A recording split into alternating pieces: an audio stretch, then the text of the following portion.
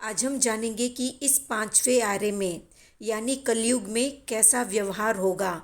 इस बारे में ज्ञानी पुरुषों ने क्या कहा है। तो इस कलयुग में निग्रंथ प्रवचन पर मनुष्य की श्रद्धा कम होती जाएगी। धर्म के मूल तत्वों में मतांतर बढ़ेगा। घमंडी और पापी गुरुओं की पूजा होगी। मीठे लेकिन धूर्त वक्ता पवित्र माने जाएंगे। आत्मिक ज्ञान के भेदों का हास होता जाएगा। बिना लक्ष्य के अज्ञान क्रिया बढ़ेगी। एकांतिक पक्षों की सत्ता होगी। श्रृंगार करने को ही धर्म मानेंगे। संसारी साधनों को धर्म का साधन मानेंगे। मनुष्यों की सद्वृत्तियां कम होती जाएगी। राजनेता कर्म और सच्ची राजनीति भूल जाएंगे। जैसे लूट सकते हैं वैसे प्रजा को लूटेंगे। घटिया राजा और मंत्री वेश्याओं के मोह में फंसकर भयंकर कृत्य करते नहीं रुकेंगे। माता के बजाय पत्नी में और पिता की बजाय पुत्र में प्रेम बढ़ेगा। स्नान करने को ही पवित्रता मानेंगे। धन से उत्तम कुल गिना जाएगा। गुरु से शिष्य आगे चलेंगे। मनुष्य शुद्ध धर्म तत्व में श्रद्धा नहीं रख सकेगा। संपूर्ण तत्व ज्ञान प्राप्त नहीं कर पाएगा। अच्छे कुल की स्त्री लज्जा रहित वैश्या जैसी होगी।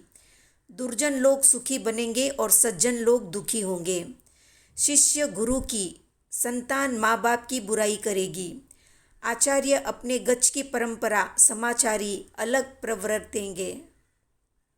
उसी में रचे बसे रहेंगे। राजनेता कर्म और सच्ची राजनीति भूल जाएंगे। जैसे लूट सकते हैं वैसे प्रजा को लूटेंगे।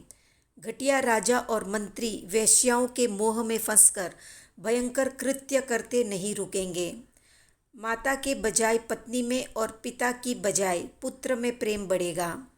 स्नान करने को ही पवित्रता मानेंगे। धन से उत्तम कुल गिना जाएगा। गुरु से शिष्य आगे चलेंगे।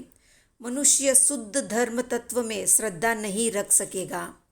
संपूर्ण तत्व ज्ञान प्राप्त नहीं कर पाएगा। अच्छे कुल की स्त्री लज्जा रहित वैश्या जैसी होगी। दुर्जन लोग सुखी बनेंगे और सज्जन लोग दुखी होंगे। शिष्य गुरु की, संतान माँ बाप की बुराई करेगी। आचार्य अपने गच्छ की परंपरा, समाचारी अलग अलग रखेंगे और उसी में रचे बसे रहेंगे। अन्याय, अधर्म और कुव्यसन में बहुत रचे पचे रहेंगे। इस आरे का जैसे जैसे काल बीतेगा धन का पूरा विच्छेद हो जाएगा।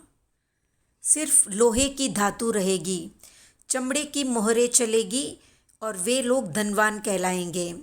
एक उपवास मांस कमन जैसा लगेगा। इस तरह धीरे धीरे ज्ञान का विच्छेद हो जाएगा।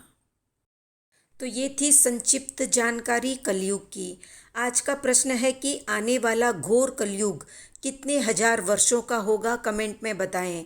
वीडियो पसंद आया तो लाइक, शेयर, सब्सक्राइब करें।